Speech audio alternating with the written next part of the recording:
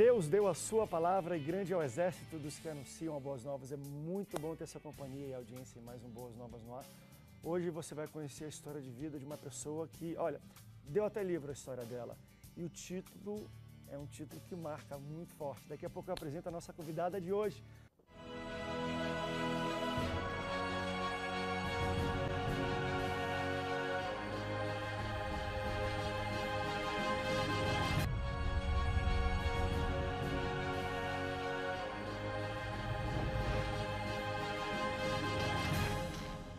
Olha, é uma alegria muito grande receber para conversar, bater um papo e falar um pouco sobre o livro. Eu falei do título, que é muito forte. Eu vou pedir que ela apresente para a gente aqui o título, mas estou recebendo a Eleusa Matos. Eleusa, obrigado pela sua presença. Uma honra, uma honra. Filha de grandes pastores da Assembleia de Deus do Rio de Janeiro. O seu pai está com o pastor Eliseu Eduardo de Matos. Ele está com 82 anos. 82 anos. E de ministério quase a vida inteira. Pois é. E com a sua mãe também, que está também muito bem. Mamãe, Eunice, muito bem, os dois inteiraços. Quem pelo menos passou pelo Rio de Janeiro na Assembleia de Deus aqui conhece muito bem esses nomes, a família também, o irmão da querida Eleusa Ezequiel, um grande amigo também. Hoje o foco, claro, e isso tem a ver com a sua vida, então a gente vai colocar um dos dois. Eu estou com esse livro aqui que tem o título Negra, Pobre, Gorda e Crente. Os caminhos nem sempre são suaves para o magistério. Isso aqui é a sua história de vida e de vitória, o que acontece aqui. Com certeza, com certeza. Pastor André, esse livro conta a minha... Eu divido ele em 3 fases. A minha luta para conseguir entrar numa universidade pública, Uau. Sendo da Baixada. Ok. Né? Papai nordestino, papai teve 16 filhos. Uhum. Né? Então eu sou... Só fazer filho, rapaz nordestino, eu vou te falar. Criou 13, um morreu com 16 anos, tem Uau. 12 vivos. Uau, ok. 12 Você vivos. é número... 6. É a filha do meio, né? Eu sou a do meio. Exato. Uau. Não é por acaso. Uau. E o que acontece? E nós fomos criados em Pantanal, né? O pastor estava aqui falando que tem uma igreja em Caxias. Uhum. Né? Então, quando eu falo que você chega no centro de Caxias, pega um ônibus chamado Pantanal, quando começar a pular por conta dos buracos, tá chegando na minha terra. Não é Pantanal, Mato Grosso, mas não, é quase não. lá, né? Uau, ok. Então, essa foto aí... Olha aqui, bota aqui de novo a foto da capa do livro pra gente, por favor. É na rua onde eu fui criada, no bairro em frente à igreja, né? Na Dá rua pra ver 16. os buracos aqui, exatamente. as condições complicadas. Então, nós fomos criados no quê? Papai nos deu tudo que ele tinha. Né? O que é muito bonito ouvir hoje. Exatamente. Olha, meu pai deu tudo que ele tinha. Com certeza, ele nos deu tudo que ele tinha. Mas existe uma distância muito grande entre a realidade da educação na Baixada e a realidade da educação do outro lado. Eu acho que até além, nem só a educação, das oportunidades. Com certeza. Então, o que acontece? Eu sempre fui aluna 7, 8 nas escolas públicas. As escolas públicas da Baixada faltam professores, são sucateadas, né? E a realidade da educação... Essa é a dura realidade mesmo, ponto, gente. Quando chega a hora de você encarar o mundo lá fora, um concurso público, uma universidade pública, você descobre que aquele 8 que você tirava na escola se transforma em 4 ou 3 lá fora. Você não consegue. Entendeu? Então, quando eu descobri essa realidade, eu vou lhe falar, o que me fez encarar foi quando eu descobri que isso é proposital. Está esquentando aqui essa conversa. Porque... Há uma... Exatamente. Eu costumo dizer que a educação... Uma manipulação para que se mantenha assim. Exatamente. Pastor André, se todo mundo se der bem na vida, quem vai construir estradas para as BMWs passarem? Né? Se todo mundo da Baixada se der bem na vida, quem vai sustentar o comércio? Quem vai trabalhar nos comércios?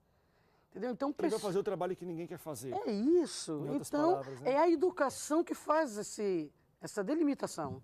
Quem vai dominar e quem vai ser dominado. Você é educado para ser dominado. É isso aí. Então, quando eu percebi isso, eu tinha 31 anos. Uau, passou... Muito tempo. Muito tempo. Eu já tinha 4 filhas. Eu sempre vou me emocionar. Eu estava falando com a minha filha. Eu tenho que vir com a toalhinha, porque eu sempre vou me emocionar. Sabe, eu já tinha 4 filhas. E quando eu olhei para as minhas filhas, eu falei assim, minhas filhas vão acabar o ensino médio e vão pensar que acabaram os seus estudos. Porque na Baixada é assim, se você perguntar a um pai, não, meu filho já acabou os estudos e acabou foi o ensino médio. Na cabeça de um pai na Baixada, o filho já... Meu Deus. É uma realidade que poucos desconhecem, poucos conhecem, né? E eu decidi encarar, e quando eu imprimi uma prova da UERJ, foi a primeira prova que eu imprimi, para tentar fazer, aí o choque foi maior. Eu não consegui responder uma pergunta. Isso sendo aluna 8, todo mês meu nome indo para o quadro de honra na escola, né? Eu sempre fui uma aluna, papai e mamãe sempre acreditaram em mim, né? Vamos dizer assim. Eu nunca fui muito aplicada em casa, eu sempre gostei muito de ler e estudar. Para você ter uma ideia, eu li uma média de 8 livros por dia. Meu Deus, ok. É claro, papai ia à CPAD Uau. e comprava O Menino que Visitou o Céu, Jesus está, só que papai ia de 3 em 3 meses CPAD, nos trimestres, né? Nas viradas do trimestre. Não, e quantos filhos? 13. 13 filhos. É muito livro, papai tem que comprar também, era complicado. Quando ele chegava... Desculpa a piada, eu não mas podia... é Mas isso. como é que é para comprar presente? Natal, então, 16, 13, 12 presentes, querida. Papai é não difícil, podia 12. investir nessa É minha, verdade. sabe, ganância de leitora. Então, quando ele trazia um livro, meu Deus, em menos de meia hora eu acabava de ler. E agora eu vou ler o quê? Uma outra coisa que eu gosto de mencionar na minha criação, nós fomos criados sem televisão. Nós não, até hoje papai e mamãe não têm televisão em casa. Uau. Tem 11 filhos casados, acho que dos 11 filhos, a metade ainda não tem televisão. Inclusive eu. Uau. Então, o que acontece? O que a gente tinha para fazer? Ler e escrever. Entendeu? Então, quer dizer, papai não conseguia sustentar isso com os romances bíblicos. O que eu tinha que fazer? Ler escondido de papai e mamãe. Júlia, Bianca, Sabrina, Super Júlia. Então eu lia dentro do guarda-roupa, dentro do banheiro e escondido. Tinha hora que eu pegava, com licença, tinha hora que eu pegava papai e mamãe na sala assim, eu pegava um livro evangélico, colocava um romance aqui da Júlia, que tinha que ser escondido, e ficava lendo assim, ó. Que talento, profetas menores. Quem é a Júlia, assim, Júlia na Bíblia, Débora. Ó, isso é papai e mãe ouvir, e quando vê um filho muito... Tá lá. Ainda bem que ainda não tem televisão, senão é agora mesmo. Então eu lia escondido, eu li muito. Eu tinha que ler esses livros porque eu queria ler. Então isso me ajudou. Agora, preste atenção, quando eu imprimi uma prova da UERJ, com 31 anos, 32 anos, que eu fui tentar fazer, eu não consegui fazer uma questão. Eu vou falar, não é porque eu não sabia a questão, eu não entendia o que eles estavam perguntando. Por quê? A educação, ao menos, era baixada. Eu não conheço Isso outra. continua acontecendo com todo... Continua. Você entende que hoje, talvez, todo dia que tem provas, eu tenho tudo, se eu tenho alguém da Baixada, vai pegar aquilo, vai ter o mesmo sentimento que você teve. Mas é revolta, impotência, você desacredita em si próprio. Não é. A escola, a educação, eu vou falar da Baixada que eu entendo. Eu falo que de pobre eu entendo muito. Eu falo que ser gordo e ser pobre, disso eu entendo. O que acontece? A escola, ela não trabalha a criticidade, ela não te ensina a interpretar, ela te ensina a copiar e decorar. Você copia e você decora. Você tira 9 na prova, você decorou.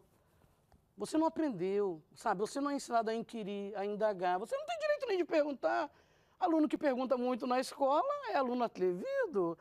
Né? Eu faço uma denúncia nesse livro sobre esse sistema educacional, sabe? Que existe. Eu não sei se em todo lugar. Eu sei que foi a minha realidade, é a realidade dos meus irmãos, é a realidade dos meus amigos e dos meus alunos que eu estudo comigo, que eu já sou professora. Uau, sensacional. Oh, se o senhor, me perdoe, eu falo o senhor por causa do cargo de pastor, né? Papai e mamãe me ensinaram assim.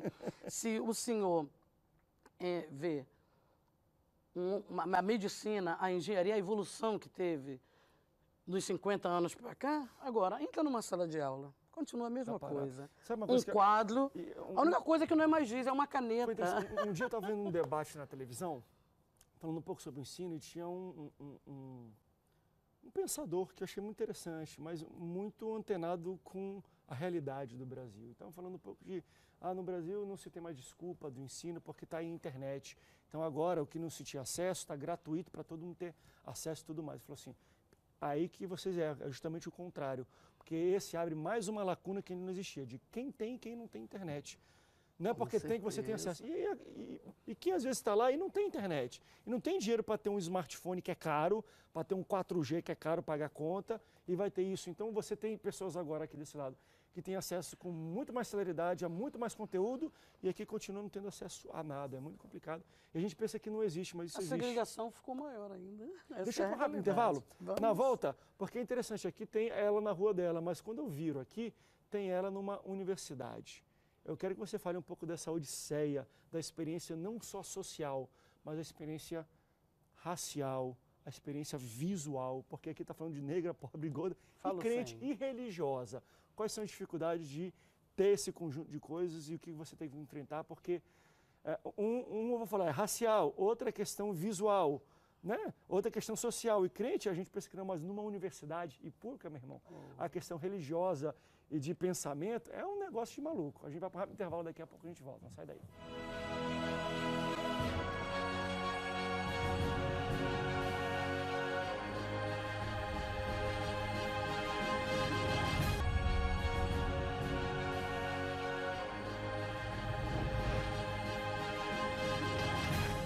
Olha, eu estou de volta com a Eleusa Matos, que tem o livro Negra, Pobre, Gorda e Crente. É para chocar mesmo, porque é uma história muito chocante, que ela falou aqui já no início. André, já tive um choque quando eu fui fazer uma prova para entrar no UERJ, que eu nem entendia o que se perguntava.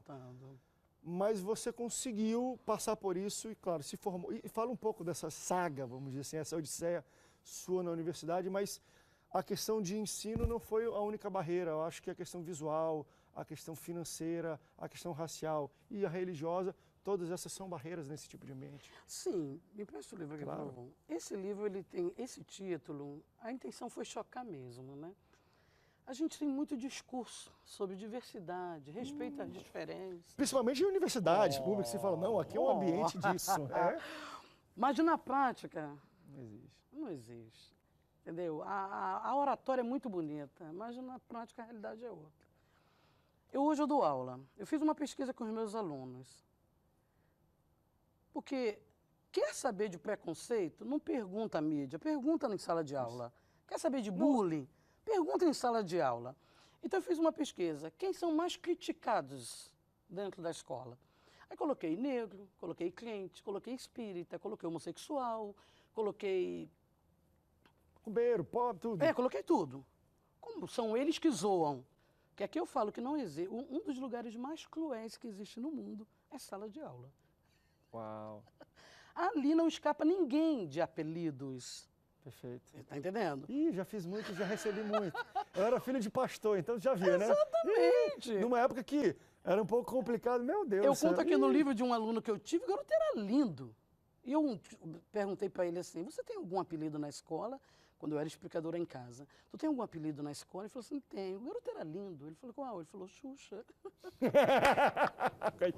Quer dizer, ele era lindo. Até quando tem... Então, o que acontece? Vamos dizer assim, vantagem e desvantagem. Exatamente. Então, um dos lugares mais cruéis que existe é a sala de aula.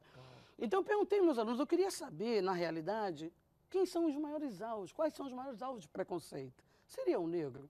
Seria o homossexual? Que sofrem de preconceito, eu não estou aqui para negar. Claro. Seria o crente? Seria o espírita? Sabe o que ganhou? E eu já sabia que ia ganhar. Gordo e feio. Não precisa fazer uma pesquisa em sala de aula. Abra o celular, veja os memes nos WhatsApp. É tudo pessoas gordas e tudo com pessoas feias. Exatamente. Está entendendo?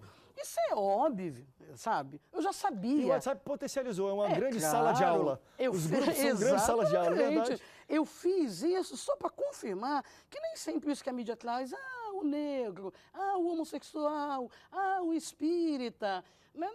Sofrem, tá entendendo? Sofrem. Mas, na verdade, ninguém para pensar assim, os gordos. A gente teve uma entrevista de uma atriz famosa que já até partiu que falou que preferia a morte do que ser gorda. Eu prefiro morrer que ser gorda. Né? E isso não choca ninguém, sabe? Ninguém se preocupa com uma fala dessa. Né? Uma fala dessa, ninguém se preocupa. Então, o que acontece? Depois que eu entrei dentro da UERJ, difícil foi entrar. E eu conto no livro, perdi minha vaga 3 vezes. E 3, que luta, hein? Pô, é uma zaga. E 3 vezes o Senhor me deu a minha vaga de volta. Ele tinha comigo essa história. Ele tinha esse deserto para mim. Aí depois que eu cheguei lá foi questão de sobrevivência. Né? Como bancar? Como conseguir passar? Eu saía de casa 20 para as 4 da tarde, chegava 20 para meia-noite. Né? Eu não trabalhava, meu marido operário, mecânico de refrigeração. Como que eu vou para a faculdade? Como que eu vou lanchar? Como que eu vou tirar cópia? Como que eu vou comprar livros? Aí eu conto aqui a questão de sobrevivência. E isso tudo foi difícil. Mas o mais difícil, pastor André, foi sair de lá de dentro com o meu diploma. Porque quando chegou lá dentro, eu fui entender o que é preconceito. Esse negro aqui, ele vem para chocar. Vou falar do título. Ele vem para chocar. Teve uma leitora que comprou e falou assim, eu posso te fazer uma pergunta? Eu falei, pode. Ela falou assim, cadê a negra? Eu falei assim, eu posso te fazer uma pergunta? Ela falou, pode. Eu falei, cadê a branca? Ela quis dizer que eu não era negra. Claro, eu não sou negra, eu no meio do meu povo. Eu estou na Baixada, eu estou dentro da igreja. 70%, 80% do povo é dessa cor. Agora, na hora que eu passei para 2, eu passei para a Unirio Federal e passei para a UERJ Estadual. Quando tu entra numa sala de aula e tu vê a cor... Aí você... Quando eu entrei na Unirio... Num local que a geografia é 80% ou 90% de pessoas negras, e você vai à sala de aula é justamente o oposto. Tem alguma coisa errada, né? Exatamente. Quando eu cheguei na Unirio, que só tinha eu e uma outra colega dessa cor, tá entendendo? Aí eu descobri. Aí eu fui ver o que era ser negro, né? Que as pessoas às vezes não sabem. Até a composição étnica do IBGE. A gente está com 2 minutinhos só para terminar, né? Tá rápido. Aqui fala da sua história, mas aqui tem muita crítica, porque compre esse livro, tá, gente? Lê esse livro. Você vai ter que voltar em outros debates aqui com a gente, para a gente terminar alguma coisa. Mas aqui o seu intuito foi chocar, mas falar a sua história, mas também criticar o sistema educacional. Tá entendendo? E o que aconteceu na UERJ, só para concluir? Eu vou colocar sem medo de errar, 40% dos professores que eu passei para português e francês. E foi a elite francesa que decidiu me boicotar. E decidiu uma professora, faltando a última disciplina para eu acabar a faculdade e sair da UERJ com meu diploma, para licenciar. Eu queria ser professora, eu queria sala de aula. Era o que eu queria. Ela decidiu me reprovar até eu desistir do curso. E aí que foi cruel. Adoeci. Não era para eu estar aqui, não. Era para eu estar deitada numa cama de depressão. Ela chamou mestres e doutores para dizer... Não conta o final, não. Tá. Faz o seguinte, quer saber o final? Ou assiste um outro programa, tá aqui o livro. Os contatos foram colocados para você durante o programa, para você entrar em contato. Aqui é uma edição independente, a gente falou um pouco sobre isso, a distribuição acho que é muito diretamente... Você encontra no Mercado Livre. E no Mercado Livre. Pronto, vai no Mercado Livre e coloca lá, Negra, Pobre, Gorda e Crente, é esse livro que vai aparecer. Obrigado, Deus te abençoe, tá bom? Você, toda a família, todos os 11 irmãos, pai e mamãe. Tá bom? Obrigado pela sua presença, querida. Muito obrigado pela sua audiência, Deus te abençoe. Até o próximo Boas Novas no Ar. Tchau, tchau.